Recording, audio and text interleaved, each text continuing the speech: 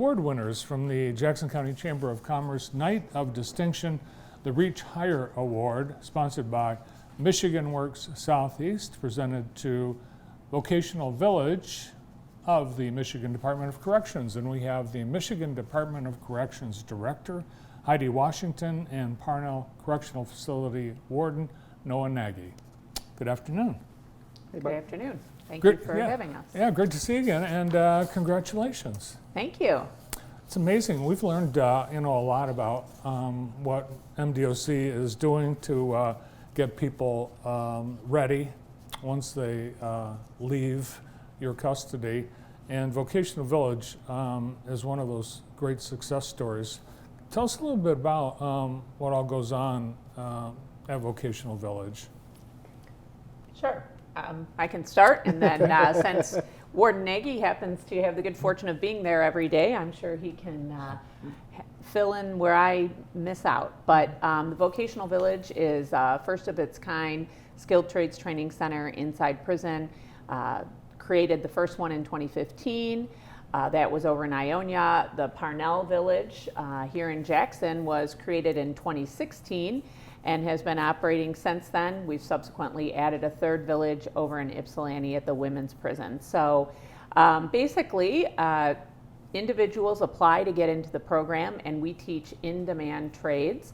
And the great thing about our trades is that every one of them is the students are learning a state or national certification or credential. So this isn't just the Department of Corrections giving you a certificate saying that you can do this. This is the same curriculum, the same training that is going on in community colleges and trades training centers out in the world. Yeah, and I think you actually partner with, well, I know Jackson College is one of your partners, where you have actual real professors teaching these students. Real ones, yes. Yes, so that's part of our post-secondary education program, and also operating at the Parnell Correctional Facility, and we're very proud of that. Michigan's a leader in the delivery of post-secondary education inside prison. So, you know, one of our goals is to continue this expansion of delivering high quality opportunities for education, whether it's academic or vocational in our facilities. Yeah, no, we saw what looked like Future Consumers Energy linemen working in the Vocational Village. Yeah, I mean, like the director said, all these trades are picked and set up based on demand. And then you look at our folks, we're really trying to set up a situation where individuals getting up, going to work in the morning, going through the day, just like he would any other, and then, you know, ending his day in a 5-day work week, and really focusing on, you know, showing up, attendance, being there, learning the trade, and preparing so as you transition into the community, you have that understanding of what it's like to get up, you know, every single day, go to work, know what, you know, learn that trade and practice that trade on a consistent basis over a long period of time. And then it's an, you know, easier transitioning when we're working with employers to get them, you know, released into the community and hired into those jobs. Yeah, I think what might be surprising to people is to see prisoners with chainsaws and welding torches, but you have to teach. Takes a little getting used to, yes. Yeah. But again, you know, the hardest thing is, you know, as the demand changes and, you know, technology changes and the world changes, and we have, as a department of directors, done a great job of matching those needs that the communities have to what we're trying to prepare individuals for while they're incarcerated, so that when they transition, they have used the tools that they'll use when they're in the community. It's hard to learn a job if you don't have the tools necessary, and it really defeats our purpose to prepare someone if they're not using what is needed when they transition to the communities. So the award was presented last Thursday night at the Night of Distinction. We have a couple of photos from the event, and Shamar Heron from Michigan Works Southeast, the sponsor, presenting the award. We've had this for several years in Jackson, and it really has gone to a variety of employers and job trainers and educators who have helped improve the climate for companies and employees in our community.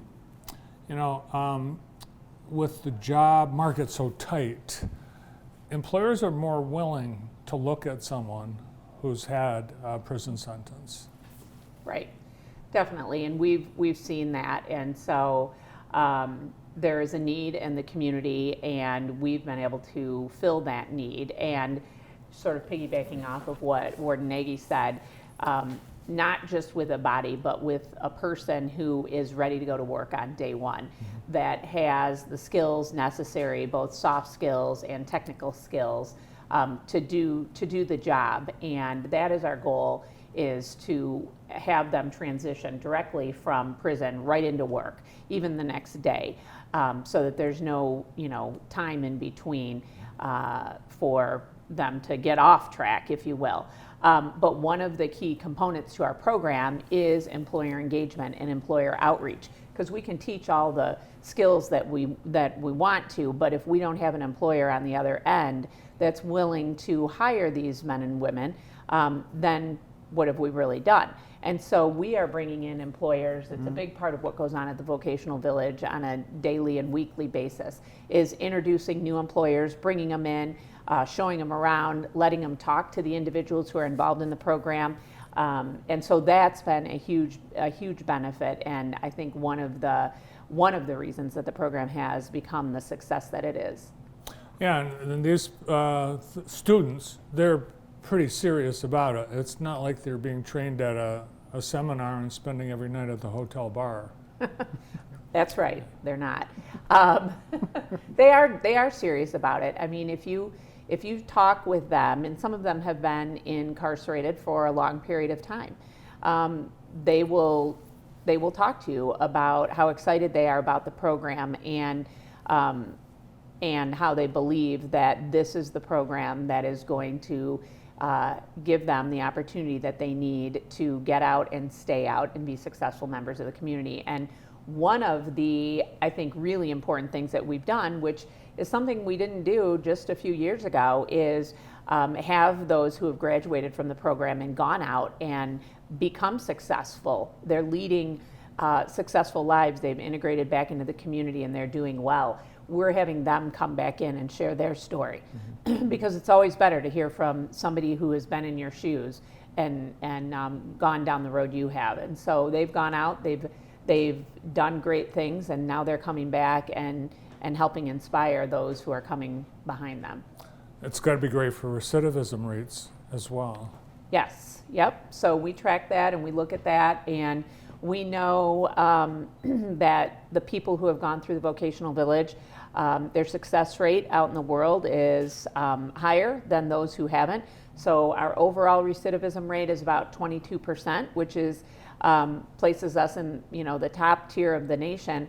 But for those who have gone through the Vocational Village, it's about 12.5%. So substantially difference. Yeah, that's amazing. What are some of the things we saw, like tree trimmers and welders? And I know we talked about truck drivers. We have CDC commercial driver's license. We've had our instructor on here as well. He was a Professional Excellence Award winner last year.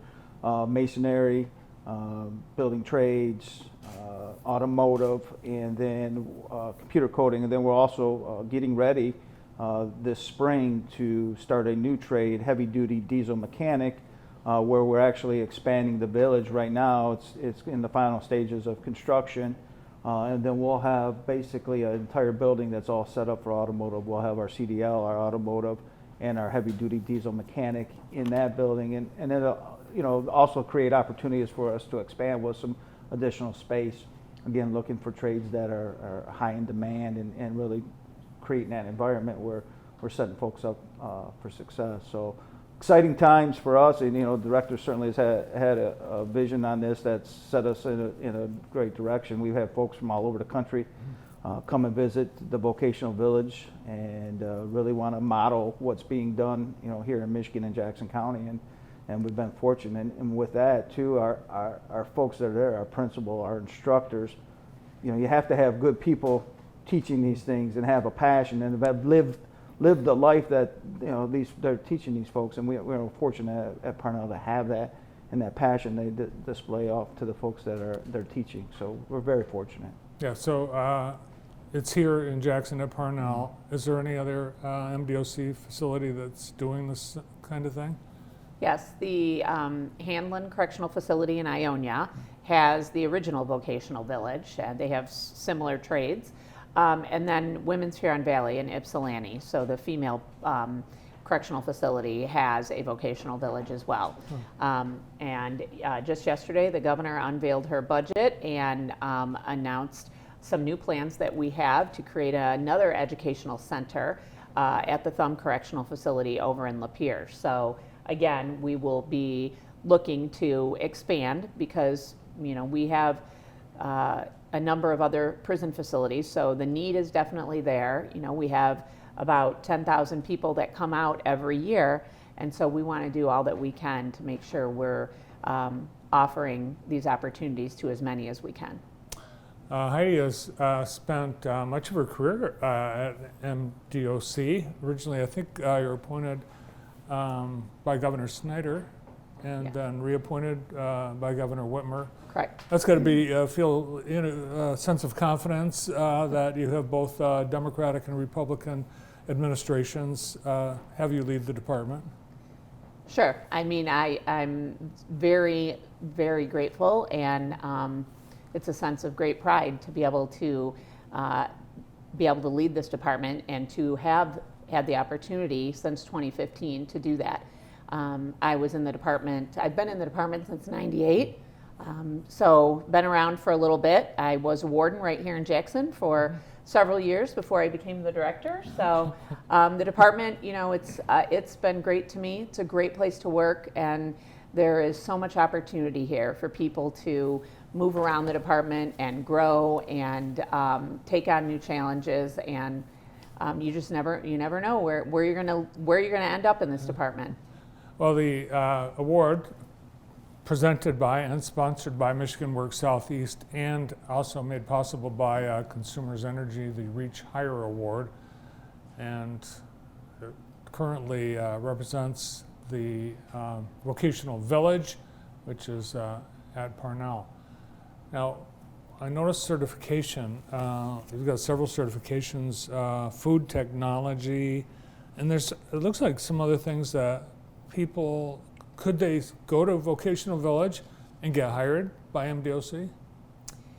Well, it's a good question. It's interesting. Many years ago, we had a prohibition against hiring anybody that had a felony record. We were successful in having that removed. Mm-hmm. So we have been doing more with people who have criminal records in different capacities. So it is possible, yes. Mm-hmm. So the years that you've been away from Jackson, we've had a lot of changes, but I believe Jackson is still the largest MDOC campus in the state? I'd have to tally up the numbers, but between Jackson and Ionia, I mean, both are historic prison communities that have been great partners to us, and yes, we have a very large footprint here. Still, our reception center still remains here. We have a prison health system still here. The vocational village is here. The Cooper Street facility that's here is a big programming facility for us, runs a lot of programs and doing a lot. Our SAI, Special Alternative Incarceration, which is formerly known as the boot camp, that's also here.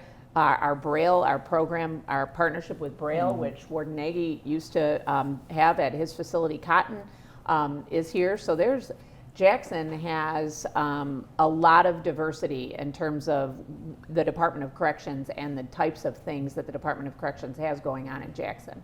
And you ran the Egler facility when you were in Jackson, Correct. right? Yes. Nice.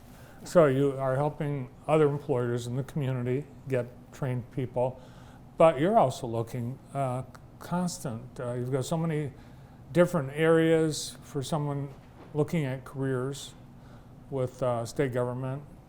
What are some of the areas that are challenging with openings right now that you guys are looking to fill? Well, I mean, as we've talked numerous times and we've tried to highlight it with our staff, corrections officer vacancies is extremely challenging. The vacancies are high in the Jackson area and pockets throughout the state. We're always actively recruiting. In the Jackson area, we've got multiple openings at all 4 facilities. And certainly, our healthcare, depending on the area, is going to be an area of high demand for us. Food service positions, and again, as we've talked about, once you get into the door with the Michigan Department of Corrections, the opportunities are unlimited. And where you want to go, what department you want to work in regards to, whether it's custody, non-custody, working in parole and probation. I mean, there's just so many opportunities to work throughout the state of Michigan in these different avenues. That even like you take your vocational village, some of our instructors are previously custody individuals, sergeants and officers who have a trade, have the ability to teach that trade, are now working in vocational village. Once you get in there, it opens the door to so many different avenues for you to pursue. But again, then also, the corrections officer plays, and we've talked about this with a lot of our staff we've come out, play such a vital role in that day-to-day communication with folks. So, and having an impact on when when they're eventually released to the community. So, bringing, corrections officer is definitely one that we're constantly pushing and looking for. And, we're working with all the, areas, Jackson College, Michigan Works. We got students, senior students from the Career Center now coming over and doing internships. So certainly anybody and everybody that's willing to talk, we'll sit down and have a conversation and try to get them in the door. Yeah, I've had a chance to meet, and over the years I've met many MDOC employees, and there's really a sense of pride that everyone that I know works at the facilities has, representing the state and putting on the uniform and badge. With Vocational Village, you can't train everyone. But are there some other things you do like soft skills training? For, when people, once they've completed their sentence, what kinds of things are you providing them that aren't able to take advantage of Vocational Village? Well, we have, all of our facilities have employment counselors, and we have a very strong, something I'm very proud of that we've done is a vital documents program. And so everybody is leaving with their state identification card, which may not seem like a big thing to people who have always had that. But if you don't have a state ID or a driver's license or a birth certificate or a social security card, it's hard to even get a job or get employment or enroll in school or do any of the things. So we have a very strong vital documents program that is helping prepare people to return. We get everybody Medicaid eligible prior to leaving. So there's a number of those types of things. We work on resume writing, we work on interviewing, we do all of those types of things. We have, for people who are paroling, transition team meetings where we bring in service providers and bring in the parole agent and bring in those folks to come in and talk to the individual about their plan. So we're actually, everybody has a plan before they leave, even if they didn't go to the vocational village. It's not like the movies, brown paper bag and a $20 bill. No. Well, we appreciate you coming down and being with us on the show today, and congratulations to you and your department on the Reach Higher Award. Thank you. Thank you very much. You bet. The Director of Michigan Department of Corrections, Heidi Washington, and Parnell Correctional Facility Warden, Nagy. A lot more